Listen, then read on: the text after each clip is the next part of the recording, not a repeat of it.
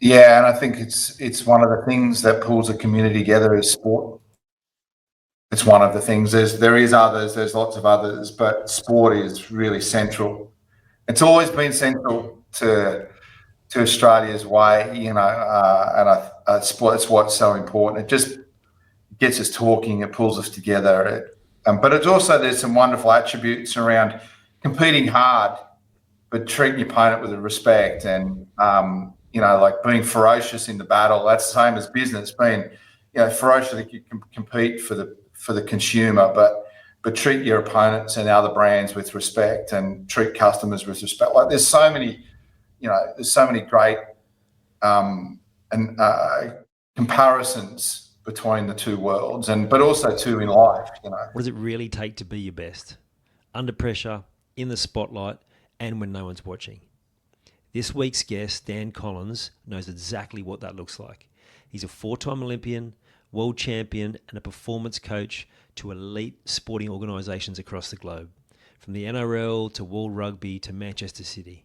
But beyond the medals and the titles, Dan has made it his mission to help others raise the bar, not just in sport, but in life.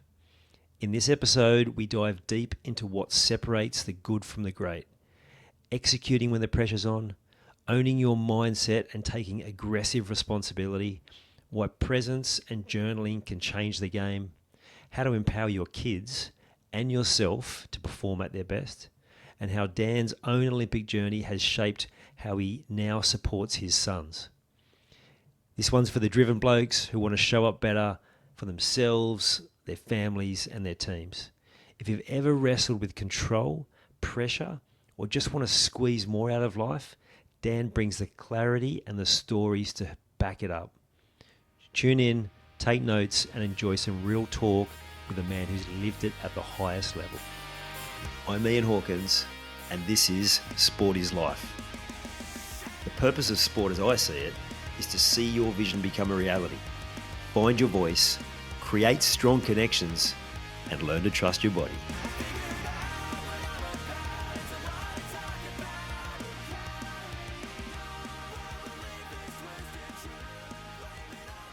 G'day Dan, how are you, mate? Very well. And you? Going well, thank you. Good to have another Olympian on the show. Also, you featured in 2000 in Sydney, which must have been a buzz. But your first Olympics was '96, is that right? Barcelona. 92. 92. 92 was 96, Barcelona. yeah, 96 was 92 Atlanta, wasn't it? Barcelona, then 96 Atlanta, and then Sydney 2000. Yeah. Wow. So, when did you know you were really good at your craft? You know what? There's a few things I noticed as a kid that it wasn't so much about my craft, because I hadn't even started paddling then. But I grew up in Blacktown. I went to Blacktown Patrician Brothers. I played a lot of rugby league. Yeah. And I noticed my first recollection, we had a school carnival. Like your knockout carnivals. We had a school carnival. I would have been year 10, and it was across 2 days.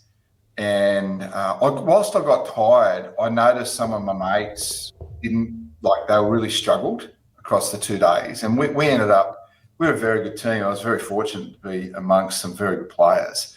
I ended up winning, but I remember thinking to myself, then I backed up and played on the weekend again, and I played well, and I thought, when you're 16, you start to notice things. Actually, I train the same as them, because you just train, you don't do any extras or anything, like I train the same, but I noticed that I was in better shape. So I think the first thing I noticed when I was a kid at 16 was nature had put in a little bit more for me. Yeah. Like I thought, that could be an advantage. Yeah. And I think noticing that, whether it was true or not, gave you confidence to I've got better endurance. As it turned out, it was kind of true in a roundabout sort of way, but I noticed that I had things that they didn't, and they were good guys. They were tough guys, right? So so therefore you make the connection. Well, something's different here. So and I think that was the first time I realised that I had some things that I could use. Yeah, awesome. It's still pretty good self-awareness for a 16-year-old. I know you say you do notice things, and you do, but something like that, like I was just sort of recollecting myself, again, maybe we do think about the things that are specific for us, and maybe I'm not thinking about that because it wasn't something that I could definitely say I was blessed with. But yeah, it's still pretty good self-awareness. Yeah, like I just noticed it. Like I was still had. Don't get me wrong. Over the course, you play 30-minute games. You play 4 a day across 2 days. You're pretty tired by the time you get to the final. Yeah. But I was still good. I still felt strong. And I can still remember it. It was out at Jamison Fields, state knockout out at Penrith, and I was still really strong in the last game and had one of my best games. And I don't think it was because I was the best player at that point. It was just because I had the ability. My body didn't get as tired as others. And it wasn't because I was doing extra work. And I think that's the connection I made. It wasn't like I played and jumped and ran and trained as much as my mates, and they were some really good players. So therefore, if we're doing the same thing and I'm in better shape, there's something that's different about you. Yeah, it's good. You still a footy fan now? Love it. Yeah, Penrith fan. Absolutely love it. Penrith fan through and through. So I've had a good run. You have, and you may just get one more good year out of them, I reckon. I've had a good run. Well, I thought they were finished last year, but they just keep bouncing. So they've got an amazing system out there. They've got, St Doms, St Marys, and Blacktown Paddies, and they've got some really good schools out there.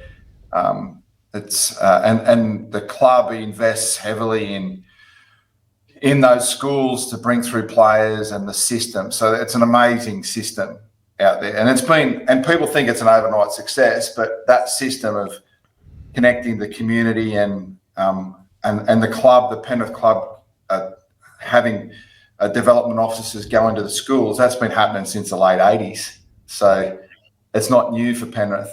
They know what they've got in the community out there. And rugby league's, if you're not playing in rugby league, you're not really playing a sport, I don't think, it's when you're out there. So. Yeah, I bet.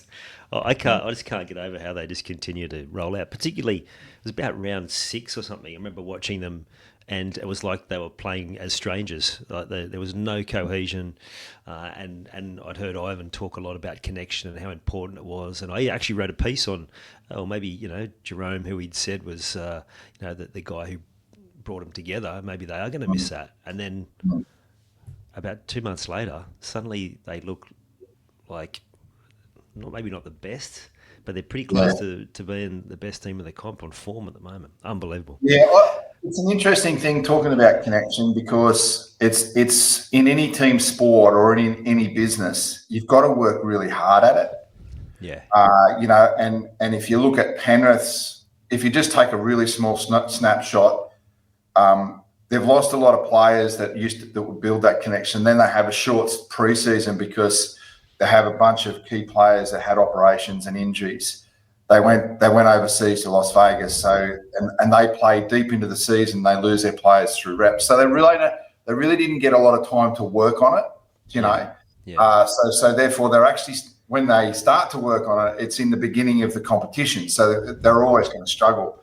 But it's a good one for business and any other sport. It's something you've got to work really hard on. And I know we're going to talk about Jacko later, but their K4 coach, Jimmy, talks a lot about connection, like making sure the connection's there, and you're feeling the men around you, like you can feel the guy in front and you feel the guy behind's power, So that connection, any sport, any business, connection between key people and the ability to work well together creates that framework for teams. Yeah, absolutely. And we may as well jump straight to, yours was the K2. So you've got that relationship with your fellow kayaker. Mm. What was sort of some of the things that you did? Like, how do you even create a team? Like, you're all at the same place, the same setup. Is it body shape? Like, how do you get started with a partner? Yes. So, um, if you look at from a kayaking perspective, um, there was some hoops to jump through to gain national selection. Yeah, So you had to perform to a fairly high standard at an individual level that opened the gate for you. yeah, And then once you're inside with everyone else who's competing for effectively a seat in a boat. So then once you're inside, you're inside with, and then we all compete for a seat. And those different seats have different jobs. So your front guys have slightly different jobs, and therefore how they're built and how their natural gifts are slightly different to the guys who sit in the back.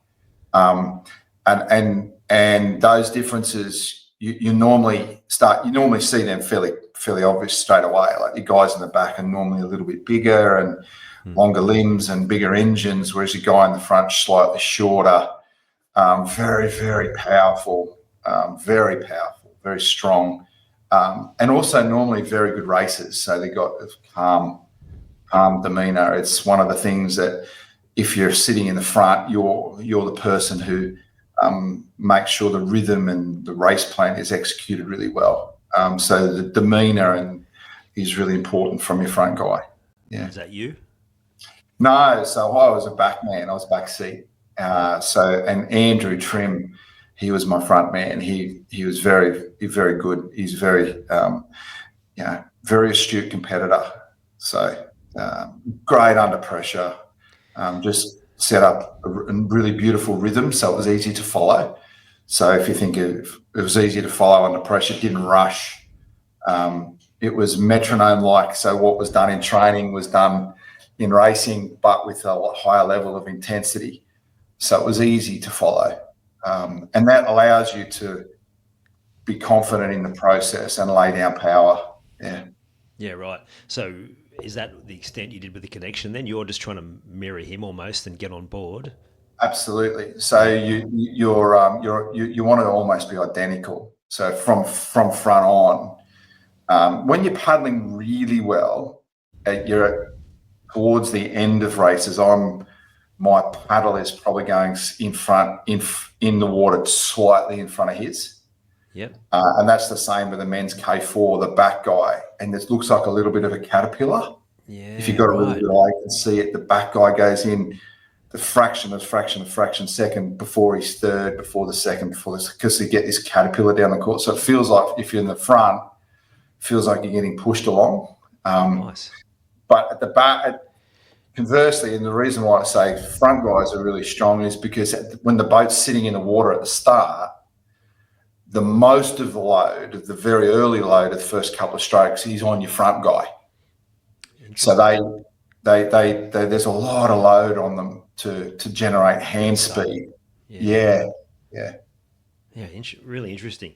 Now, I'm just thinking, like the 2000 Olympics. There, you're out in the Penrith area. They would have built those custom lakes, so perfect timing. But I imagine you've had to get into it before then. So how do young fellow growing up playing footy in Penrith? How do you get into kayaking? Mum and Dad had an on-site caravan up on the Central Coast. Yeah. Like a lot of Westies back in the 80s, you sort of, took the truck up to the Central Coast through Poots Ridge and... Not just the Westies. Well, yeah, sort of got up to the Central Coast and Dad grew up in Bega, but was involved in surf lifesaving in Merimbula. So he angled me towards some surf lifesaving. So I got involved in surf lifesaving, and probably one of the most successful paddling clubs ever is a beach called Avoca Beach on the Central Coast. Yep. They've had just a string of amazing paddlers come through this. The incredible paddlers before me, and been some amazing paddlers after. But I got involved in Avoca Beach Surf Lifesaving Club a guy took me there that taught me to paddle, a guy called Chris Gunn. He helped me out. And then I went and met some incredible people at the club and learned how to paddle on that. And again, because I had some good physical attributes for the sport, it then was very easy for me to get toward the front of our training group pretty quick. And once I'd learned how to sit on the ski and paddle. So, and then I used the Parramatta River and Nepean rivers to train and, be involved in surf life saving on the weekends. And then I suppose my major inspiration was a guy in 1988, guy called Grant Davies. He won a silver medal. But the real story to it's an amazing story because it's the closest event in Olympic history for kayaking. Yeah, right. They originally gave Grant the gold medal. Oh, yeah. And then when you get a medal, you have to sign for it. You say that you sign the Olympic Charter. Yeah. Right? So you haven't cheated and all these sorts of things. And you sign before, then you walk out. Grant actually signed for the Olympic medal. And as a gold medalist, yeah, and you should look it up. It's Grant Davies and Greg Barton, the 1998 K1 1,000 meters at the Olympic Games for Seoul, 88. 1988. Yeah. And I just there was such a tight race, and can you imagine winning an Olympic gold medal and then getting it taken off you? But he said something in the interview, something along the lines of, the commentator were trying to bait him around being negative, and the USA paddler, the USA Olympic Committee protested, but they just couldn't get anything negative out of him. He just kind of said, "Well, if this is the worst day of my life, I'm going to be pretty happy," and I just thought, wow, that's a cool attitude, and it was really inspirational. So he raced out of his skin, and then in a time when most of us would probably be, pretty not really happy about seeing he had this amazing attitude. So this is a sport for me. So it was a great inspiration. Yeah, wow. I interviewed Rach Taylor, who you would know, about her story, and she talked about how the disappointment afterwards, but the rest of the world's telling her how she should act, and she did all the right things. And she said, but internally, now you've gone to your first Olympics and then not even made the final. So I'd love to hear what it was like. Like you're a young athlete, first Olympics, you've missed the final. I don't know, was that sort of, did you feel like you'd underachieved? And then what it was like to then medal in the next two, particularly in your home Olympics? Yeah, in 92 we were terrible.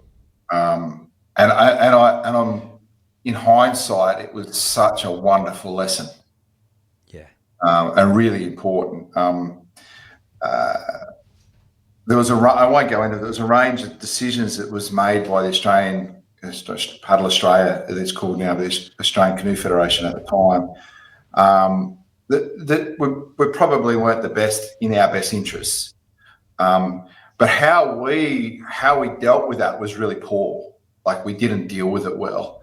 And as a 21-year-old, the pressure of Olympic Games, it just squeezed the life out of me, and then you make really ordinary decisions on the way through. Do you mean like in preparation for even? Yeah. You just make really ordinary decisions, one of the things that I can always remember is in the village. Once you're inside an Olympic village, everything's for free.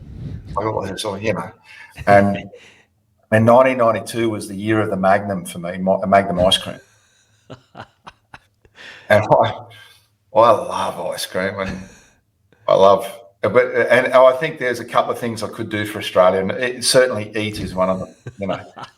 Love it.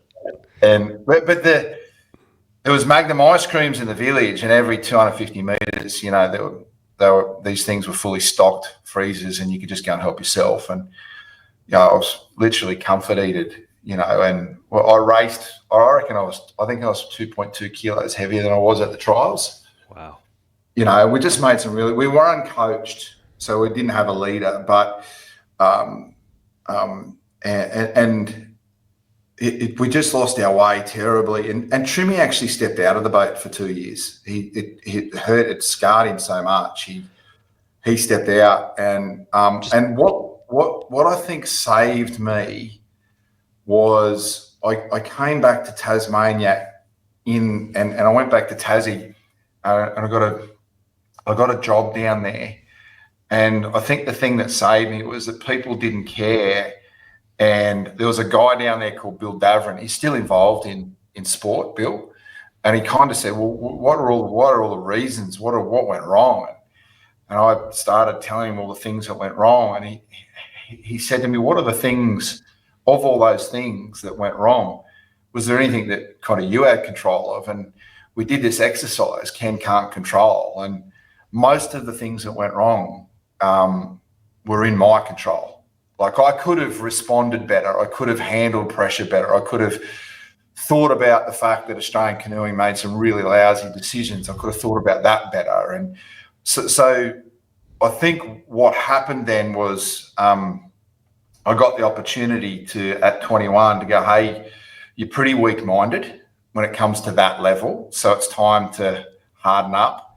And that was very confronting as a young man, and it made me really angry, and I was probably, but I aggressively went after the things that were really important from that point on, around just being responsible for how I trained and how I prepared, and the level of which I wanted to be a ferocious competitor. So once I got in the arena, how ruthless I'd be. So they are all things that I went after, and the results speak for themselves. So I had great results from that point on. And so for me, it was a really horrible time. The lesson was invaluable for me. Yeah. Yeah, awesome. It sounds like it really put some steel in you to do significantly better the next time in there. Yeah. And I think, like at that level, once you're at that level, you're all pretty gifted physically. Yeah. So what separates you? And I realised I think that was the real realisation for me, is that most of the people I'm racing are pretty good physically. Yeah. Nature's put a lot of gifts in for them. Yeah. There's a lot of, so what's going to separate you is how you prepare and the mental game. So, and that began that journey for me of just being the mental skills that go into being really successful in a pressurized environment. That started my journey.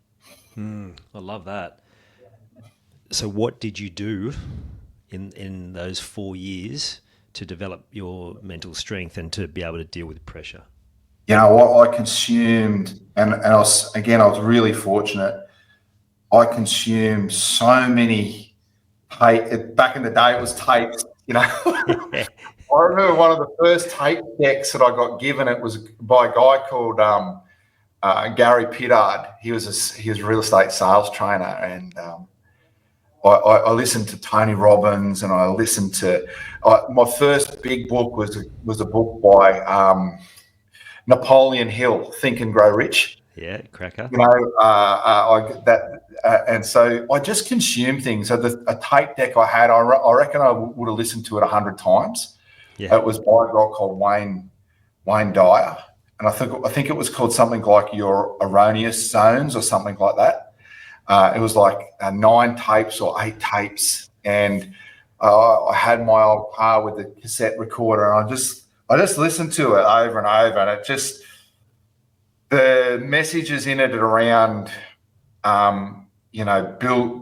taking responsibility and knowing the different mind frames when things go wrong, how you can think about them, and then applying those to situations. Because at first, whilst it makes it's logical.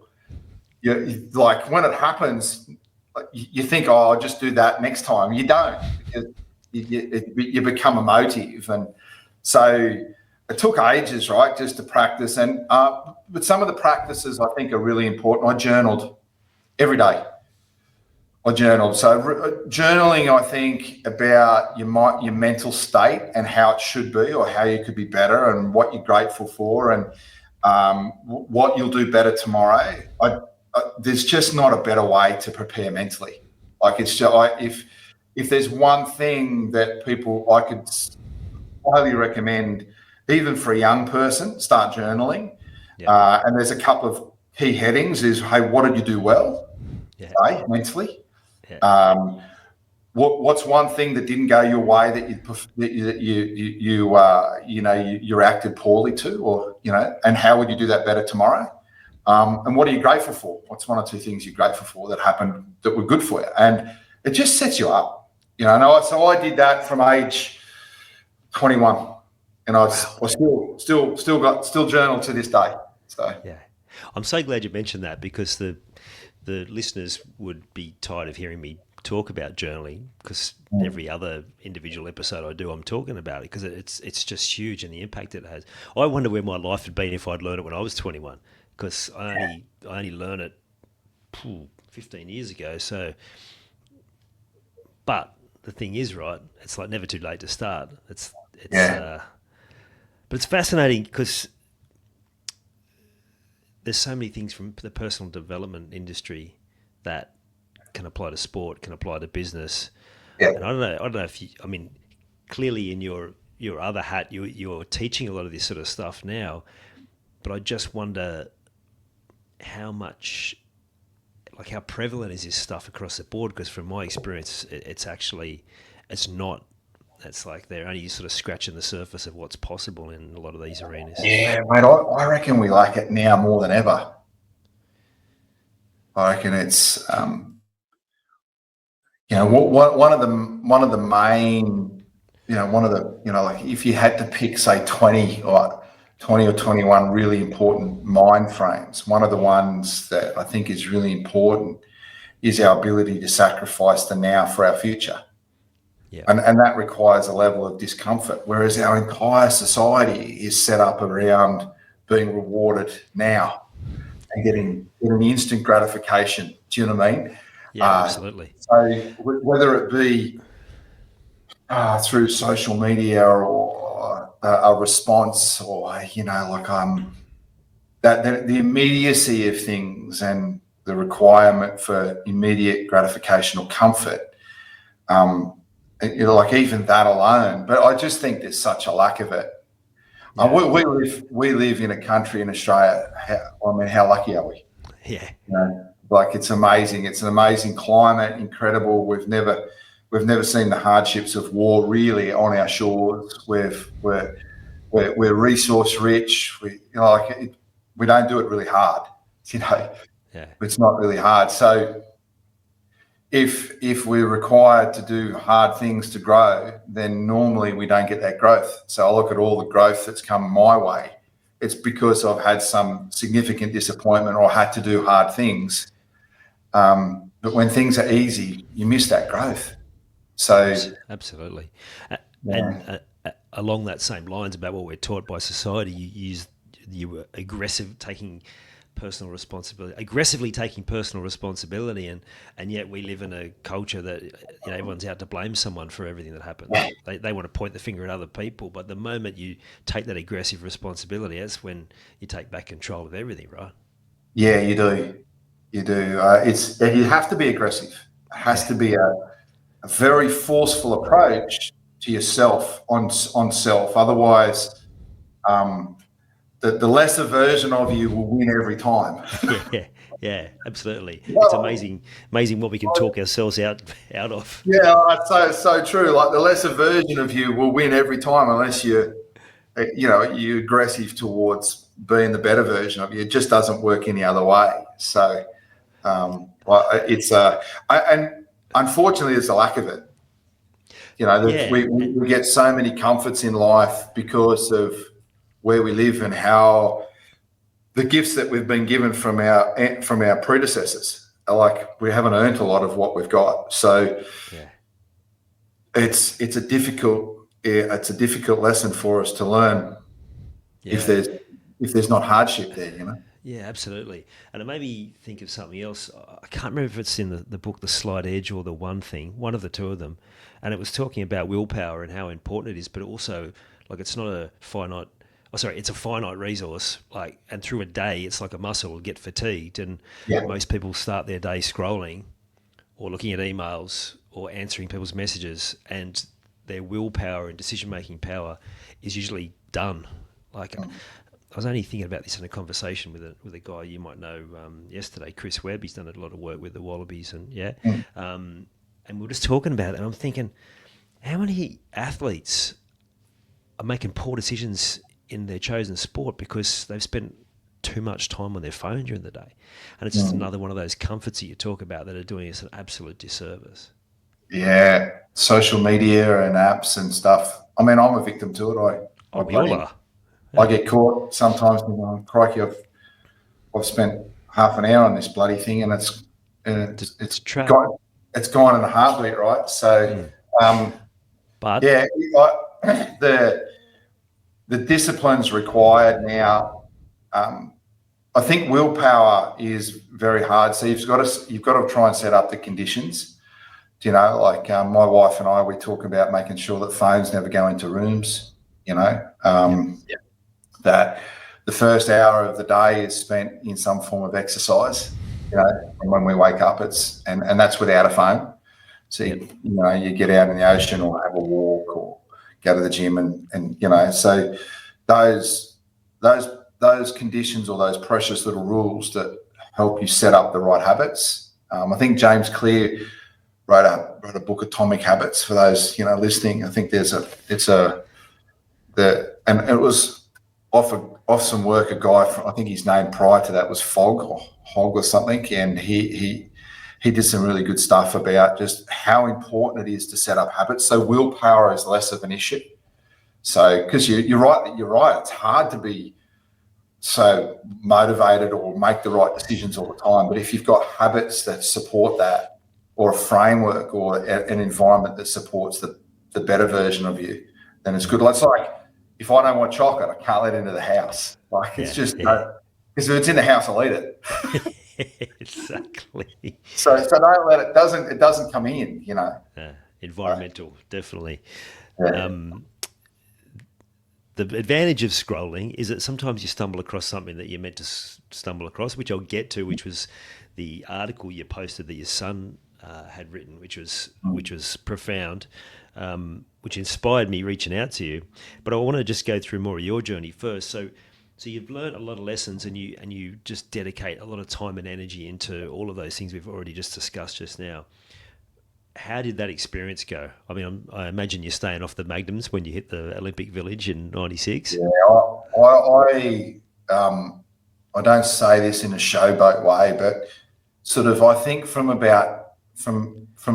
when I took that level of personal responsibility in my approach to my programming and training, I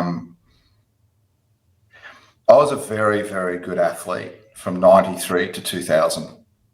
So, stood on the dais pretty much every year, World Championships, Olympic Games. And I acknowledge a couple of things. Firstly, physically, I was capable, right? Secondly, I was in an environment where it was supported both from a federation perspective and a family perspective. But geez, I worked hard. I worked really, really hard. On my craft, on my mental state, I worked really hard, and so therefore I got outstanding results. So what I experienced was, when you get the conditions right and put those conditions in place and do so with a purpose, like put those, and you work hard, then normally you'll get what you deserve.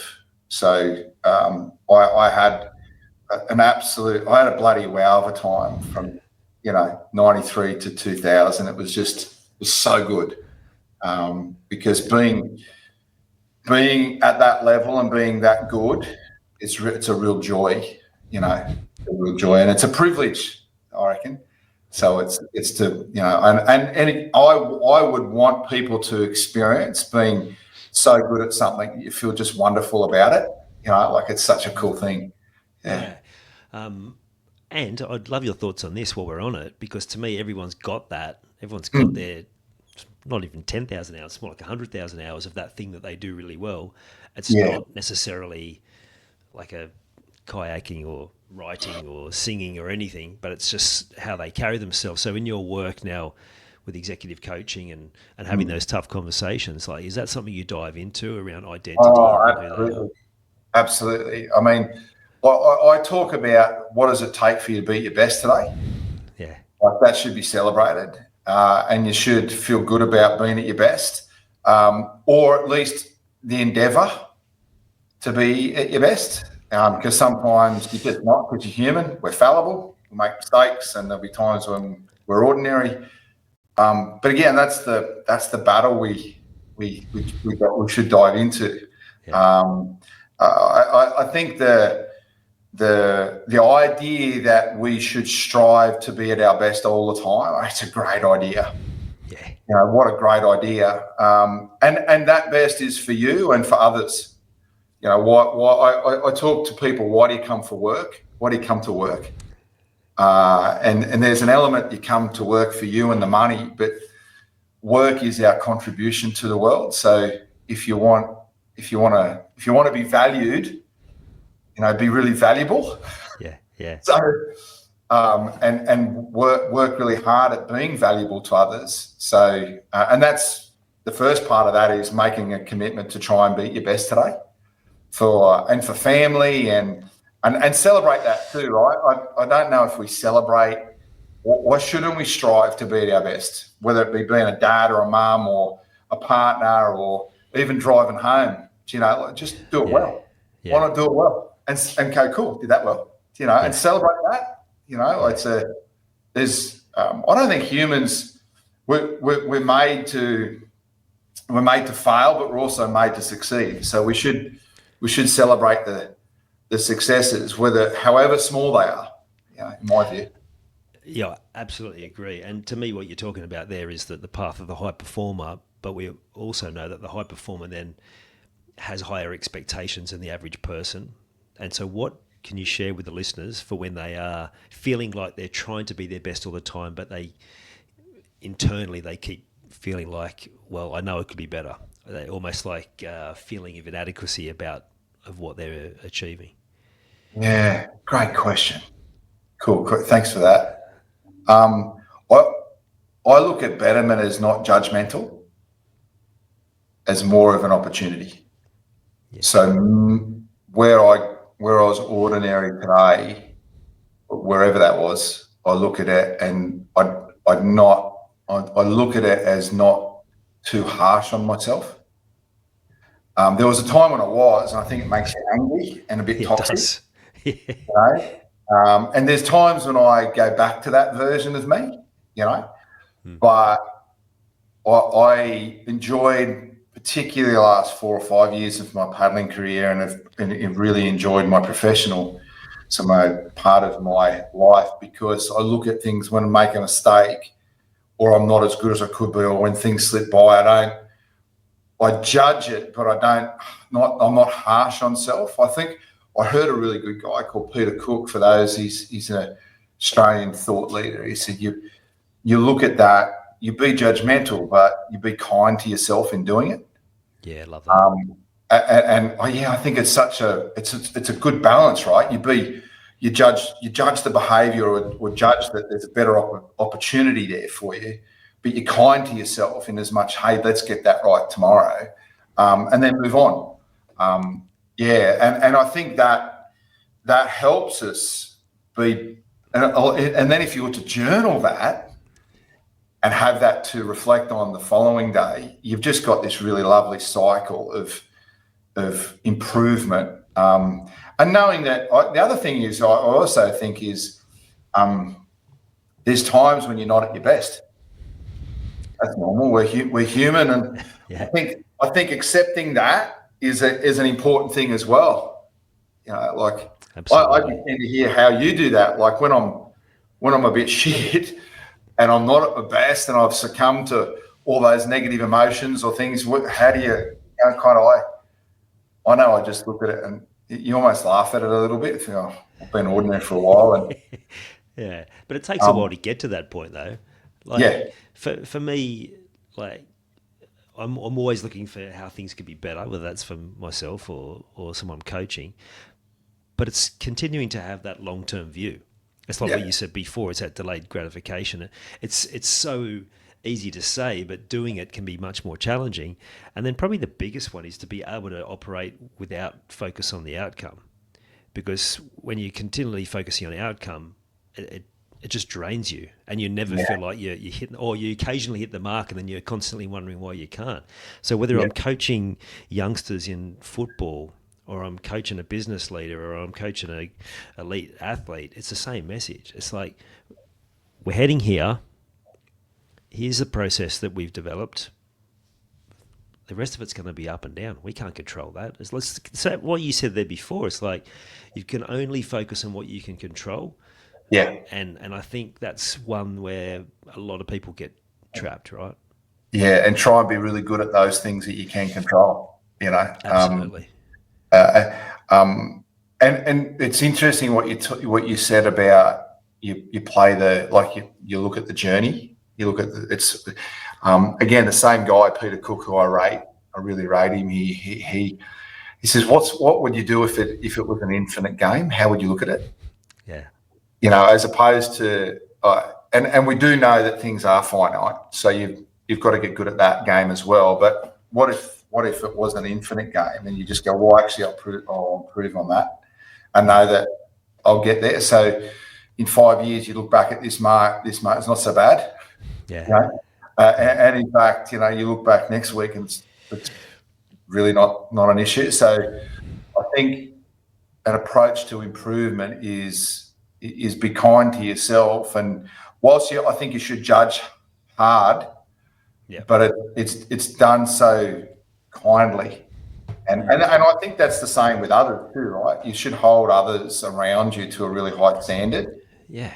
and have critical conversations about that. But realise there's a human in there, and we're all occasionally a long way from our best. So be harsh on the behaviour, but I think that's right. Be harsh on the behaviour, hard on the behaviour, a bit easier on the human. Yeah. If you take the emotions out of it and make it not a personal thing, then it's a much easier conversation. And that's where, I mean, I've got so many other things to ask about, but you know, you've already touched on purpose, you know, why you're doing it, and your values and all those different things. I wanted to, just something that I had a realization then, it's like, they talk about, you know, people have that throwaway line. Well, if you knew you were going to die tomorrow, how would you live your life? And I think that's unfair, because that's not the reality for most people. Not everyone can go, "Oh, I'm just going to toss everything in." But if you live knowing that you could die today or tomorrow, but you still have that long-term plan because you may live for another 100 years, well, then it's a completely different way of looking at the day, right? Yeah, it is. And when you build the mental skills to be able to do that, you're powerful. Yeah, 100%. Yeah, And and you'd want that's a that. critical thing. You'd want that for people, wouldn't you? Like, Yeah, yeah, absolutely. you want everyone that you know to experience that. Yeah. Can you remember the final in '96? Did you Yep. feel like you gave it absolutely everything and you were absolutely stoked with you got bronze in '96? Yeah, Oh, mate, we had the race of our lives. yeah, We had the race. We raced out of our skins. It was, yeah. yeah, Euphoric. just lots relief. Relief is, you know, that hey, we belong at this level. Relief that we executed really well under pressure, like that at that moment. You know, it was relief. Euphoric that we had done it. You know, you're really proud of yourself. You have enormous gratitude and love for those who have helped you along the way. So there's that. But mate, I probably, there's just this. I remember getting back to we had this little room, Chumi and I, and we're sort of an arm's length, so I could reach out in my single bed and touch him. You know, it was this tiny little room. I remember just lying on the bed, and there was just this overwhelming feeling of immense satisfaction. Awesome. Like I can remember it, just like, oh, cool, so good. Yeah. And it's not anything that you share with anyone else. You're just lying there by yourself with your mate that you just won it with. But it's a real personal moment of immense satisfaction that the work and the approach and you performed on the day, and you got a reward. Yeah. You got a reward. You're able to win an Olympic medal. Would I feel like that if I got fourth? It's hard to know. Yeah. Hard to know, And in Barcelona, in Athens, I did get fourth with David Rhodes. I made a comeback, and I was just. It was different for me than it was for Ages, because that was my fourth Olympics and that was his first, and I can imagine he was really disappointed. But I felt disappointed, but we'd raced wonderfully well, and I just think when you lay down a performance or you have a great day, that feeling of immense satisfaction that you've done well, Yeah. And I actually talk to people about this, like when you mow your lawn at home and you sit back and enjoy the lawn, or you wash your car, or you're really good mum or dad in a moment for your kids. Like you should enjoy those things. They're satisfying moments that you should acknowledge and allow yourself to, oh, cool, I was good then, because they're so fleeting. It happens really quick, Like I can remember by the time I got home and had maybe a week at home, it was, those moments, they're gone. Yeah. They're gone. So it was a moment in time and it's finished. Yeah. Awesome. And that's a great description, because those highs don't last. No. So we have to enjoy them, and we have to make sure, like you said, whatever it is in your day-to-day, it's so important. Now, we're 7 years out from a home Olympics again, which, again, how blessed are we here in Australia? I imagine there's a lot of young athletes, or even some that are sort of hanging on to do it. There must be a lot of excitement. Like, was that how you felt? Or was it just more business as usual? You've got a job to do. You're training for another Olympics. Like, what was the impact of that home Olympics on your psyche? Sydney. Every single Olympics for me was different, was special for a different reason. Obviously, the first one taught me a lesson that was so important to adult life: is take responsibility and be responsible, and develop your mental side. I look at Atlanta was amazing because we broke through and performed at that level. Sydney was really special because we had friends and family around, and people could experience what it felt like to be at that level without, like that. That's what to me was really was amazing. Not just for my family, but for just like how good was the country at that point. Like for those of you who were adults at that time, like the 12 months leading in and the couple of years after, it leaves such a wonderful legacy to the spirit of the nation. Yeah, still get chills talking about it. Yeah, it's just such a, to deliver an Olympics and how successful it is and what it does. Like the British and Irish Lions are here at the moment, and I was down in Melbourne for the really close loss. But I just was really proud that, we're a great sporting country and we welcome people and we get into the contest. But in the pubs and clubs prior to the game, we had, there was such camaraderie between the British and Irish Lions and the Aussie fans. And that makes me proud. Yeah. To deliver our Olympics, but our attitude towards people who visit our country, and that, I reckon that's really unique. It's a very unique thing. And we should fight hard to hang on to that. And I think the spirit of the Olympic Games and coming to Brisbane, I'm really hoping it rekindles the fact that, hey, we're a pretty amazing country. Yes, sport's one of the things that's deep in our heart, but why? It's because it connects us. It helps us think about being really good at what we do, celebrate success, buy into the effort and everything that goes into it, work hard. There are principles that are really important to us that bind us, I think, that align a great nation. Oh, I love that. That's so good. Yeah, and again, got a lot of chills through that as well. Um, it was just a magical time, like Oh, particularly that 2 weeks where I've never known. Like you've been in London in summer, like the whole place changes, but then the yeah, moment the weather changes, but it was like that. It's like everyone was smiling and happy, and yeah. yeah, unbelievable.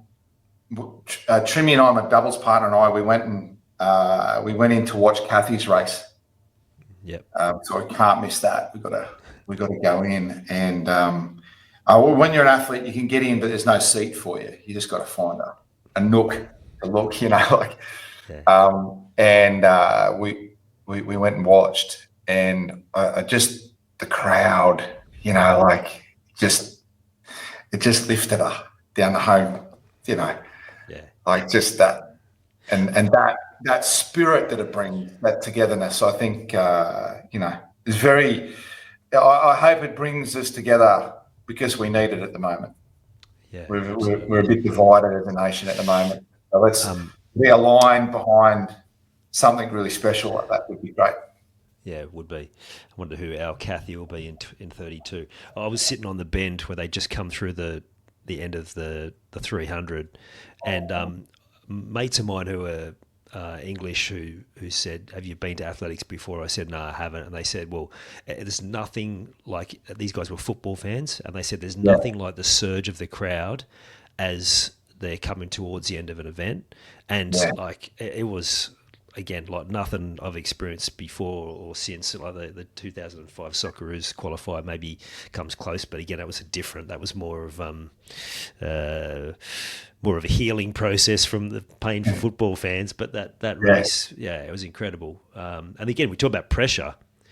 That the pressure she withstood, Oh man, like she's yeah, she, she's all she's absolutely. all time. When you talked about the camaraderie, I've heard this many times from supporters or just people coming to this country, and they just marvel at the AFL and the NRL that the fans are all together, and they Mm. just can't work out how that could be. And even like families where like we're there and half our family might be this team and that team, and we're all sitting together.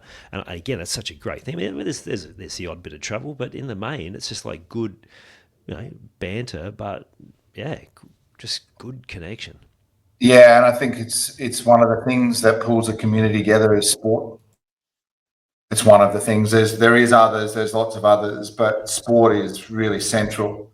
It's always been central to Australia's way, and sport. It's what's so important. It just gets us talking. It pulls us together. But it's also there's some wonderful attributes around competing hard, but treating your opponent with respect, and like being ferocious in the battle. That's the same as business. Being, ferocious, that you can compete for the consumer, but treat your opponents and other brands with respect, and treat customers with respect. Like there's so many great and comparisons between the two worlds, but also too in life. So Yeah, I think it's to be able to have Brisbane 2032. It's a great opportunity for the country to look forward and to deliver something together. Or whilst the Queenslanders will deliver it and they'll claim it, and yeah, so they should. yeah. It's a wonderful thing to have in the country. Absolutely. I'll cut that little bit up for a promo for the premise of the podcast because you've nailed it, right? It's like those transferable skills across sport and Yeah, life and community and connection, all of those things. Now, we said we'd get to the story of your young fella, and that was sort of wanted to be the main focus, but we've done 50 minutes and we've haven't even touched on it yet, so we've got to get there now. Yeah, you shared a post that your son had written about pressure. Now, he's yeah, also a kayaker, is that right? yeah. He was in Paris, Yep. so he had his own journey to get to the Olympic level, and he's magnificent K4, really well coached by Jimmy Owens up there on the Gold Coast, and um, strong, really strong performance. They nearly, I think it was point if I let me get this right, 0.04 behind the Germans. So really tight racing. Very, very tight racing. The silver medal. So he did an amazing job. Yeah, and one of the things, it's really cool to see a lot of what he talked about mirroring your own journey. So I'd love to hear,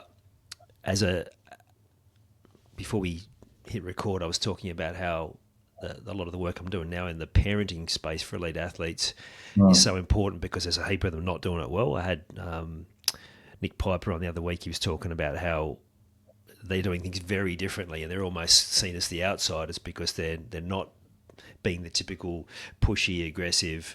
But there's an element of needing to have still some boundaries and still some lessons. So what's the best advice for sports parents listening about how you can help your child to find their way and find their way, not necessarily your way, but also do it in a way where they're getting the best out of themselves?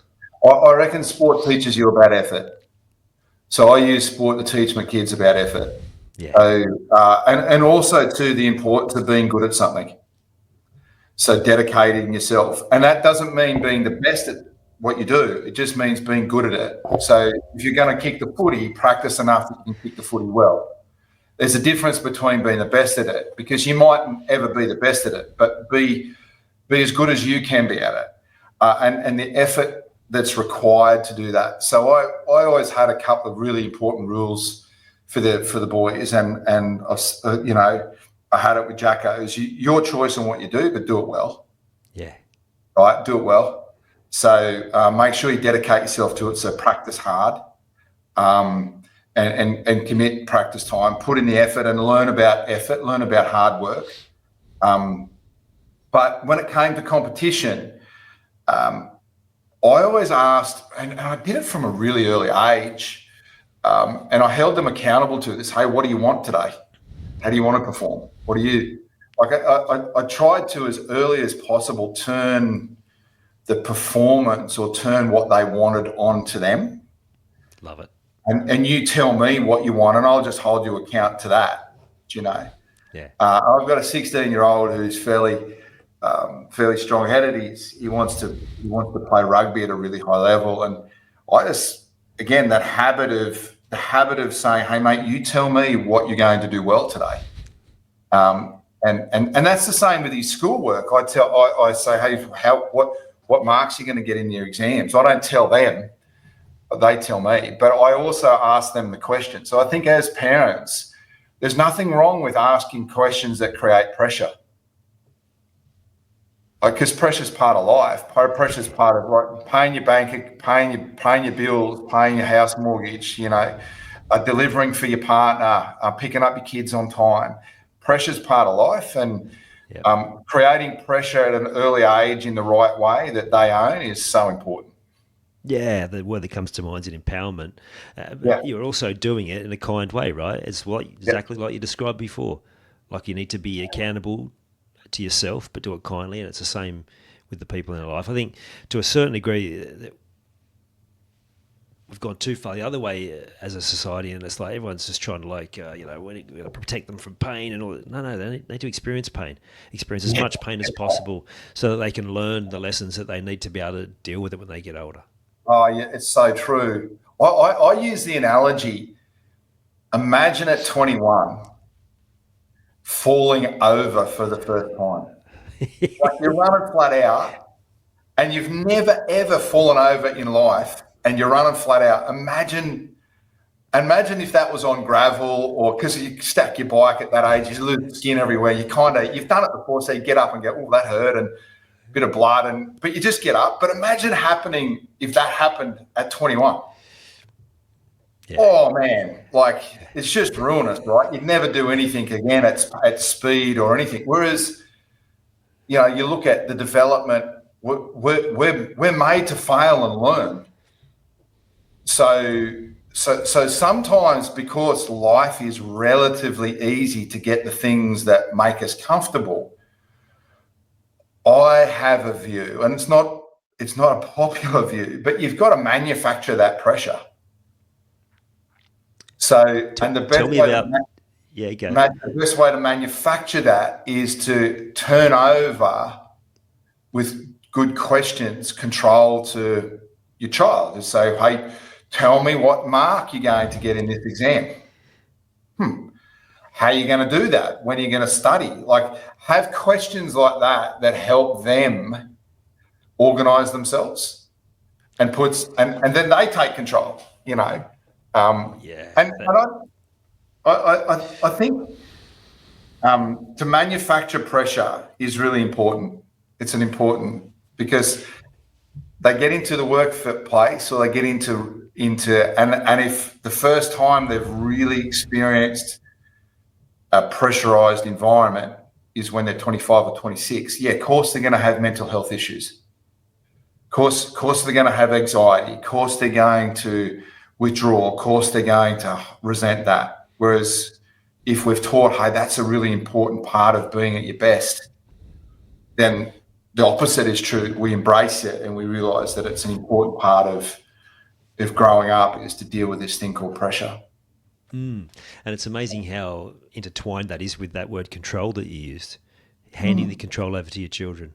And I think that's probably the hardest thing that parents face is being able to let go of that control. Oh, mate, how hard is it? What? Yeah. Everyone battles with it.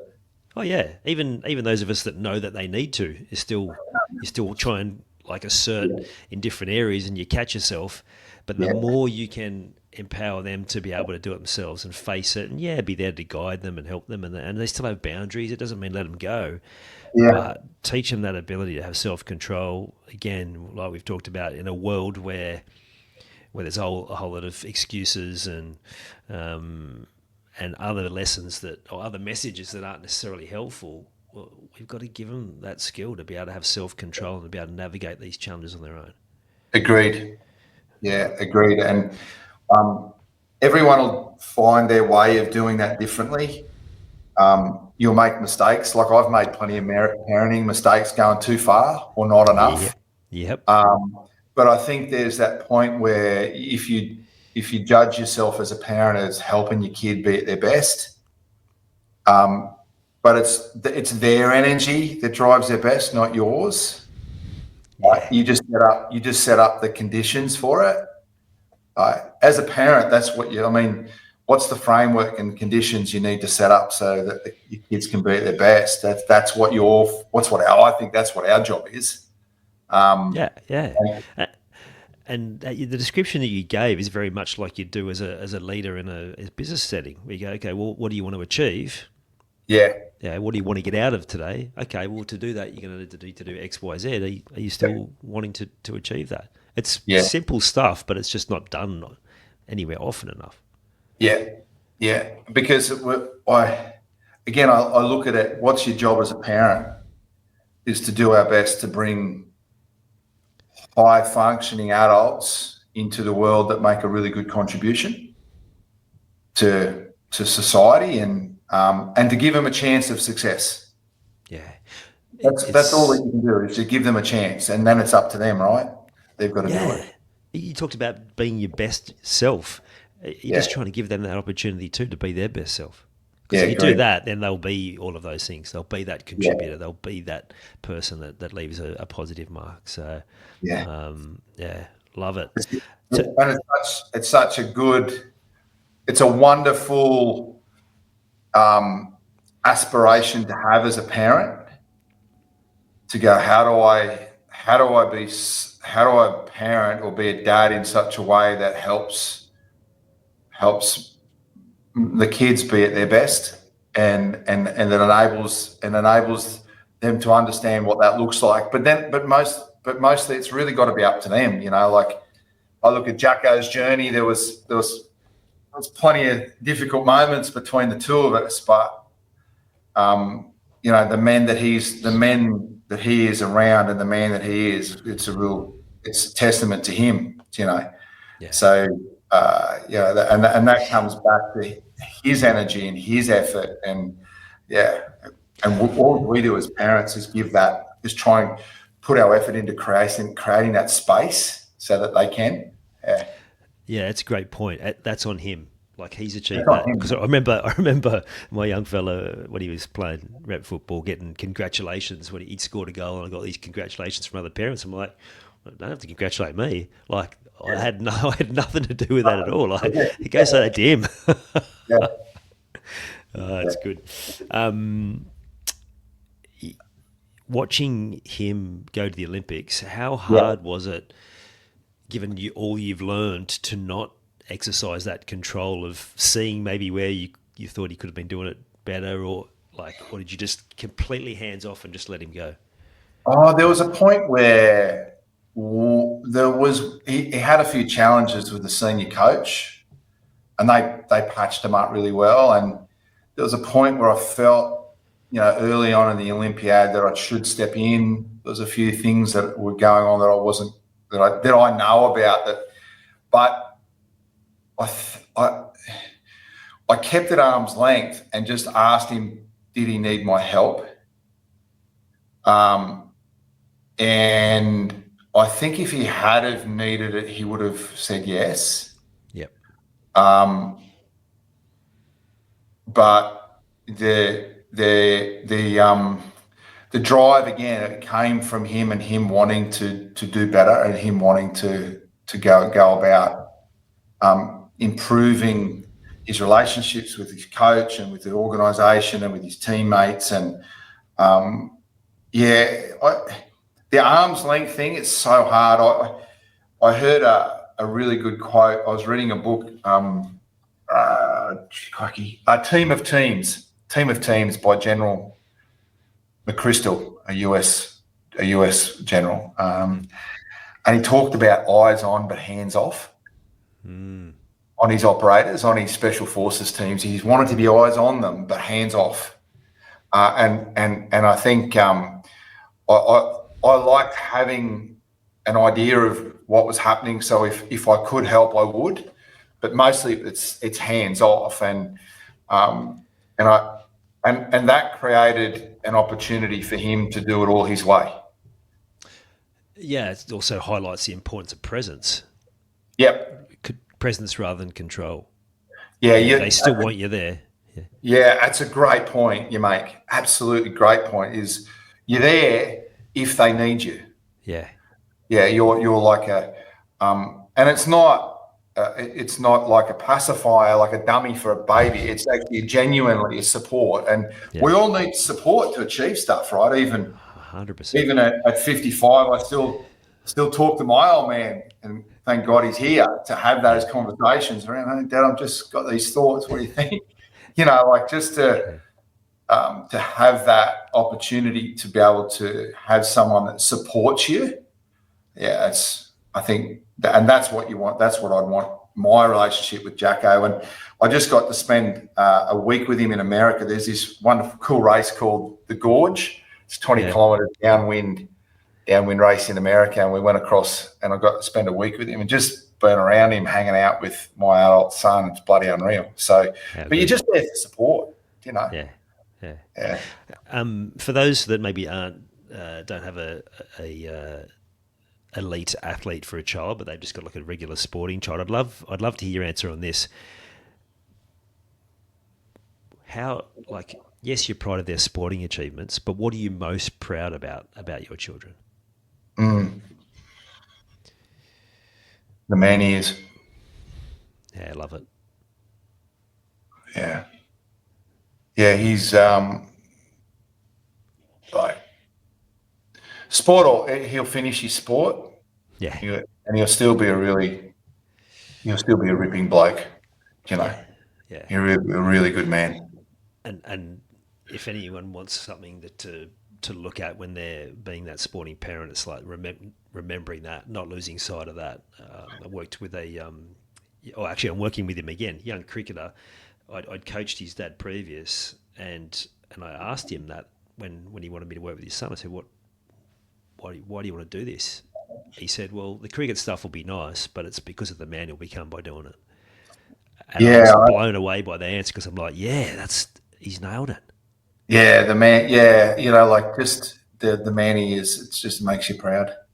Yeah, 100%. You know, he's recently married, loves his wife, and he's dedicated to his community, and he's ferociously protective of his mates.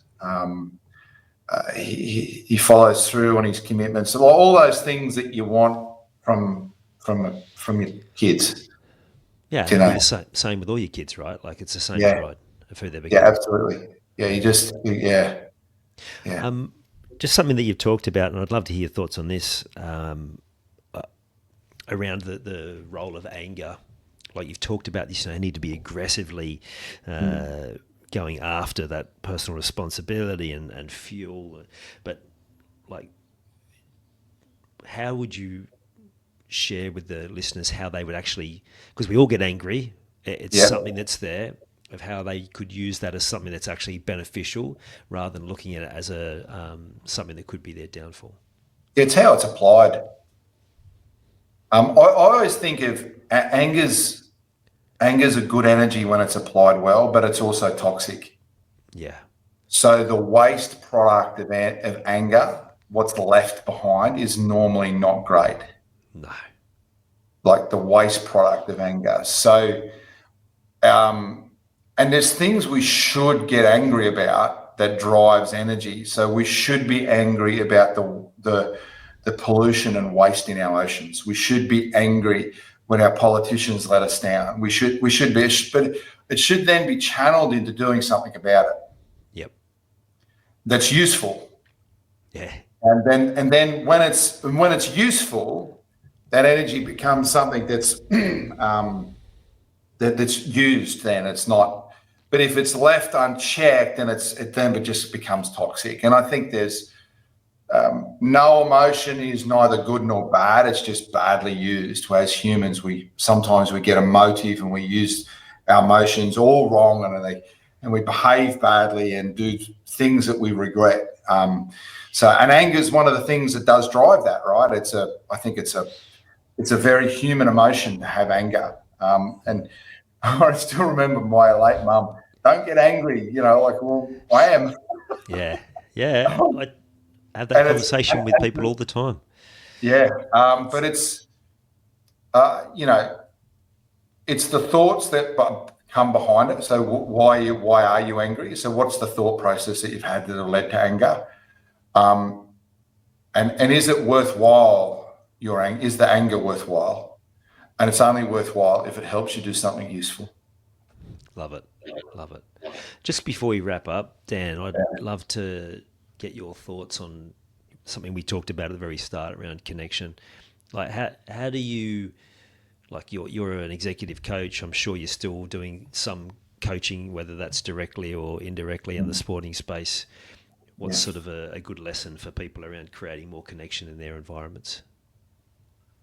I think there's a couple of levels. So I look at it first in your environment there's a connection around what we can do for each other. So the task, the hands. So can I be useful for you? Yep. Right. So and how do we be useful for each other? So that's a great conversation. Right. I think that's the starting of, well, how do we be useful for each other? That's a great connection. Right. Yep. And for you to really clearly explain to me, hey, Dan, this is what I need from you. Like I need this from you, and us to have that exchange. What a great connection. Right. Absolutely. So, and when I hear that from someone, if I can do it, I make a commitment and make a promise. That builds connection. That's the task. Then I think when we do that regularly enough, we build trust. So there's another form of connection, right? So then there's a connection via, building trust. But I think there's also a connection around, and this is where I think society's really got it wrong, is having conversations where we disagree. Yes. The best way to build connection is to forcefully put forward your view and not have to be right. Yeah. Put it, you know what I mean? Like forcefully put it forward. You to do the same and us to have a conversation about it. And then, because understanding and connection happens on the other side of the disagreement, not on this side of it. You know what I mean? Like it's we have to, and unless we disagree and have an adult conversation around that disagreement or that misunderstanding, or then there's no connection. Yep. So I think firstly, make commitments to each other is a great way for connection, and understand what you can give to your mates. But also too, be courageous enough and to put forward your view. And you don't have to be right. Like I change my views all the time. Because I'll put forward a view and someone will say, that sucks, Dan. and this is why it sucks, Dan. And then I go, yeah, you're right. And then I change my mind. Yeah. Right. So and then I've improved, and we've built a connection because we understand each other. Right. Yeah. And I just, those two things are missing from, making commitments, and holding each other to account, and having really conversations where we disagree, but then we understand, It's such a great point. And we look at what the world's been through in the last 5 years. There's been a lot of people trying to yell their opinions, maintaining that they're right. And everyone's got a different version of right, no matter where you sit on all sorts of spectrums. And I remember listening to a video a few years ago, and the guy said people would rather die than be wrong. I was like, what was it, Nate? They'd rather be right and die than ever admit they were wrong. So from whatever treatment they're getting or whatever it is, like they'd rather just be stubbornly sticking to it. And it's like, what if you could just look at things objectively and go, well, we can disagree. And you see it every day on social media. Like even on some of my posts are getting people going there, and people go, how do you deal with people doing that? I'm like, well, they're just having their opinion. Like, and I'll say, thanks for sharing, but I'm not going to agree with it. I'm not going to argue it because there's no point. They're not going to. But that's the wonderful point, isn't it? Like you don't have to buy it. No. But to have views is important. I think we've got some really important principles that you never want. You want them to be unyielding. Like I love the fact that our society is, we're democratic. We vote. We get rewarded for effort. We're relatively progressive. We can have difficult conversations in our society and agree to disagree. They're things that we should never let go of, that we should protect fiercely. But then there's things you just go, well, you don't need to die in a ditch about that. Right? but it's important. But it's important to have the conversation so we understand. Yep. So I think to build connections, be okay with not being right, and be okay with listening to people, and I think a lot of the time, asking a question around someone's view and then challenging that view, that's how we get understanding, but just as important, I think that first one you talked about, connection, make promises to people and follow through, and ask people to make promises to you and hold them to account, and all of a sudden you've got connection, right? Yeah. I can remember being a fairly mediocre worker in my job, and then going through this transformation about 15 years ago. And then I remember one of the executives saying to me, you know what, you do something that's very rare. And I'm like, what do you mean? He goes, well, you say you're going to do something, you do it.